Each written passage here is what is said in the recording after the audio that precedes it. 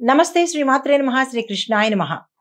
August 16, 2025 దిన ఫలితాలలో భాగంగా మేషాది ద్వాదశ రాశుల వారికి ఎలాంటి గ్రహస్థితులు ఉన్నాయి, ఆ గ్రహాలు ఇచ్చే ప్రభావం ఏమిటి, వాటి యొక్క ప్రభావము అన్ని రాశుల మీద ఎలాంటి ఫలితాలు చూపిస్తోంది అనే అంశంలో ముందుగా గ్రహస్థితులు చూసినట్టయితే సూర్యుడు కర్కాటక రాశిలోను, చంద్రుడు ధనస్సు రాశిలో ప్రయాణం చేస్తూ పూర్వాషాఢ నక్షత్రం మీదకి వచ్చాడు.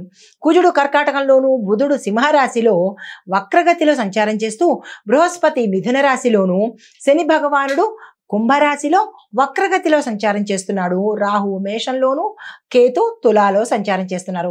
తదుపరి రాశి మకర రాశి. ఈ రాశి వారికి ఉద్యోగంలో దొర్లిన తప్పులు పై అధికారులు గమనించే విషయం ఎక్కువగా కనబడుతోంది. ఎవరు చూస్తారులే, ఏం చేస్తారులే అని గతంలో మీరు చేసిన తప్పులు ఏమైనా ఉంటే కనుక అవి ఇప్పుడు మీ పై అధికారులకు తెలుస్తాయి. ఉద్యోగస్తులు తస్మాత్ జాగ్రత్త. అయితే తల్లిదండ్రుల ఆరోగ్యం పట్ల జాగ్రత్తలు తీసుకున్నట్టయితే కనుక కొంత మంచి ఫలితాలు పొందుతారు. లేదు అంటే కనుక ఎవరికైనా ఇబ్బంది కలిగి కొంత ధన నష్టం అయ్యేటట్టుగా గోచరిస్తోంది. ఈ విషయం జాగ్రత్తలు తీసుకోండి. మీకు చెప్పదగిన పరిహారము శని భగవానుడి ఆలయ దర్శనం చేసుకోవడంతో పాటు నల్ల నువ్వులు కనుక దానం చేసుకున్నట్టయితే మంచి ఫలితాలు పొందే అవకాశం ఉంది. తదుపరి రాశి కుంభరాశి. ఈ రాశి వారికి కొత్త ఆలోచనలకు మంచి సపోర్ట్ వస్తుంది. ఏ రంగంలో ఉన్న వాళ్ళైనా సరే కొత్త ఆలోచనలు ఏవైనా వస్తే కనుక వాటిని అమలు పరుచుకునే ప్రయత్నం చేసుకోండి. పరిహారంగా ఆ శివ అష్టోత్తర నామాలు చదువుకోవడంతో పాటు శివాలయ సందర్శనం చేసుకున్నట్టయితే కనుక మంచి ఫలితాలు పొందుతారు. తదుపరి రాశి మీనరాశి. ఈ రాశి వారికి మనోధైర్యం పెరగడంతో పాటుగా మానసికంగా కూడా చాలా ఉత్సాహంగా ఈరోజు కనబడతారు.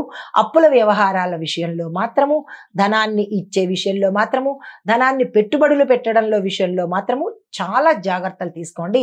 కొంత నష్టపోయే అవకాశాలు ఎక్కువ కనబడుతున్నాయి.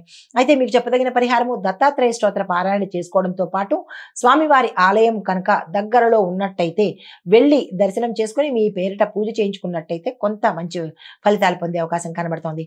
అయితే ఇది మేషాది ద్వాదశ రాశుల వారికి చెప్పదగిన గోచార రీత్యా ఫలితాలు, పరిహారాలు, సూచనలు. ఏదైనా జాతక పరిశీలన చేయించుకుంటేనే ఇవన్నీ చెప్పేవి.